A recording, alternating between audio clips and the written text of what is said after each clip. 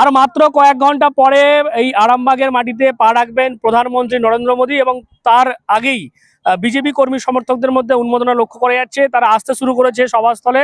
আমি দেখাবো এই যে জায়গা পার্কিং, যেখানে মূলত দূরে থেকে যে সমস্ত বাসগুলো আসছে সেগুলো এখানে পার্কিং করা হচ্ছে, এবং তারপর এখান থেকে পায়ে হেঁটে ঠিক বাঁদিকেই কিন্তু যে মূল জনসভার যে মঞ্চ, সেই মঞ্চ করা হয়েছে, সেখানে কিন্তু পায়ে হেঁটে আমরা দেখতে পাচ্ছি আস্তে আস্তে মহিলারা, পুরুষ এবং যারা কর্মী সমর্থক তারা কিন্তু এগিয়ে যাচ্ছেন জনসভার উদ্দেশ্যে।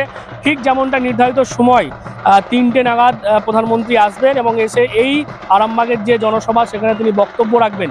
মূলত আজকের এই জনসভা থেকে তার কি বক্তব্য, সন্দেশখালির বিষয়টাও কি উঠে আসবে এই মঞ্চ থেকে, সেই দিকে যেমন নজর থাকবে, পাশাপাশি এই যে লোকসভা নির্বাচন সেটা নিয়েও কিন্তু ভোকাল টনিক দিতে পারেন প্রধানমন্ত্রী, যার কারণেই আজকে এই প্রথম দেশের লোকসভা নির্বাচনের প্রচার শুরু করছেন প্রধানমন্ত্রী নরেন্দ্র মোদী। অর্থাৎ ভোটের যে দামামা সেটা কিন্তু আজ থেকেই বেজে গেল বলে মনে করা হচ্ছে। এবং দেখতে পাচ্ছেন যে কর্মী সমর্থকদের যে ছবিটা আপনাদের দেখাবো, বিভিন্ন জায়গা থেকে দূর দূরান্ত থেকে বাসগুলো আসছে এবং এখানে সেই বাসগুলোকে পার্কিং করা হচ্ছে। তারপর আস্তে আস্তে কর্মী সমর্থকরা তারা কিন্তু জনসভার দিকে যাচ্ছেন। বিভিন্ন জায়গা থেকেই আসছে বিজেপি কর্মী সমর্থকরা, সেগুলো এখানে বাসগুলোকে রেখে যাওয়া হচ্ছে এবং এখানে ভলেন্টিয়ার রয়েছে, বিজেপির যারা ভলেন্টিয়ার রয়েছে তারা রয়েছে, তারা কিন্তু এভাবেই আসছে। বাস নয়, বাসের পাশাপাশি ট্রাক্টর থেকে শুরু করে 4 চাকা বিভিন্নভাবেই কিন্তু কর্মী সমর্থক তারা আসছে, মহিলারা তারা আসছে, এসে তারা কিন্তু জনসভার উদ্দেশ্যে তারা এগিয়ে চলেছে। মাঠে যে মাঠ, যেখানে জনসভা মূলত বক্তব্য রাখবেন প্রধানমন্ত্রী, সেখানে তারা এগিয়ে যাচ্ছেন এবং গোটা যে মাঠ, সেই মাঠকেও আমরা দেখতে পাচ্ছি কড়া পুলিশি নিরাপত্তা ঘিরে দেওয়া হয়েছে। সেই ছবি আপনারা দেখছেন।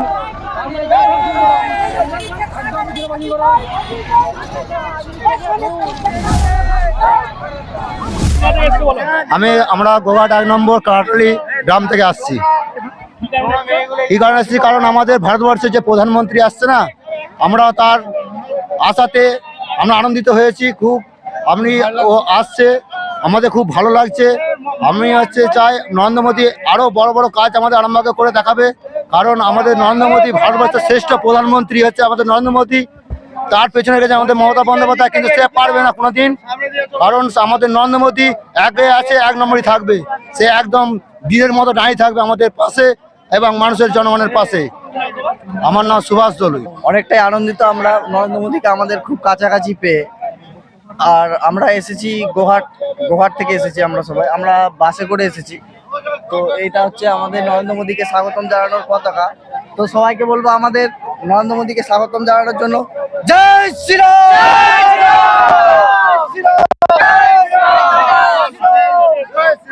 ওই আমাদের কামাটালি থেকেই আসছি সব, গোঘাট ওই তো দাদাকে একটু ইয়ে করবো বলে, দেখবেন বলে।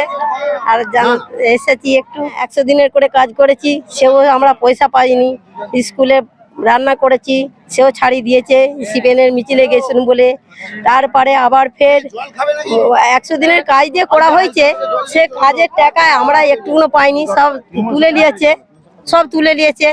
আর আমরা গরিব মানুষ, প্রতিবন্ধী, আমার স্বামী, শাশুড়ি, বুড়ো মানুষ, যারা সিপিএনের সব মিছিলে গেল আগে, তারা এমনি ঘর দুয়ার সব পেয়েছে, যা জীব করবার করেছে। এখন একটা কিচ্ছু আমরা পাইনি, কাজেরও টাকা পাইনি। আমরা ওই লেগে যাতে দাদা একটু সাহায্য করে, আমরা খেতে পড়তে পাই, সেই সব আমরা সেই লিগে আরো এসেছি। কল্পনা ধারা বিভিন্ন জায়গা থেকেই আরামবাগ অর্থাৎ হুগলি জেলার বিভিন্ন জায়গা থেকেই যেমন কর্মী সমর্থকরা আসছে, তার বাইরেও বিভিন্ন জায়গা থেকে আমরা দেখতে পাচ্ছি ঘাটাল, তার পাশাপাশি কুমারগঞ্জ, বিভিন্ন জায়গা থেকেই, গোটা রাজ্য থেকেই বলা যেতে পারে বিজেপি কর্মী সমর্থক তারা কিন্তু এই মাঠে আসতে শুরু করেছে এবং তারা আর কিছুক্ষণের মধ্যেই যে জনসভাস্থল সেখানে গিয়ে পৌঁছবে। তারপর সেখানে গিয়ে যে বক্তব্য প্রধানমন্ত্রী রাখবেন সেই বক্তব্য তারা শুনবেন এবং আজকের এই জনসভা থেকে প্রধানমন্ত্রী এই লোকসভা নির্বাচন নিয়ে কি বক্তব্য রাখেন সেদিকে যেমন রাজনৈতিক মহলের নজর থাকবে, পাশাপাশি এই সন্দেশখালী যেভাবে জাতীয় স্তরে একটা সাড়া জেগেছে এই বিষয়টাকে কেন্দ্র করে, সেই সন্দেশখালী বিষয়ে প্রধানমন্ত্রীর মুখ থেকে উঠে আসে কিনা আজকের এই জনসভা থেকে, সেদিকে কিন্তু নজর রয়েছে রাজনৈতিক মহলের। আপনারা কি বলবেন এই বিষয় নিয়ে অবশ্যই কমেন্ট বক্সে। এরকম আরো খবর পেতে নজর রাখবেন ডিএনএন বাংলায়। ডিএনএন বাংলা, সবার মনে সবার ফোনে।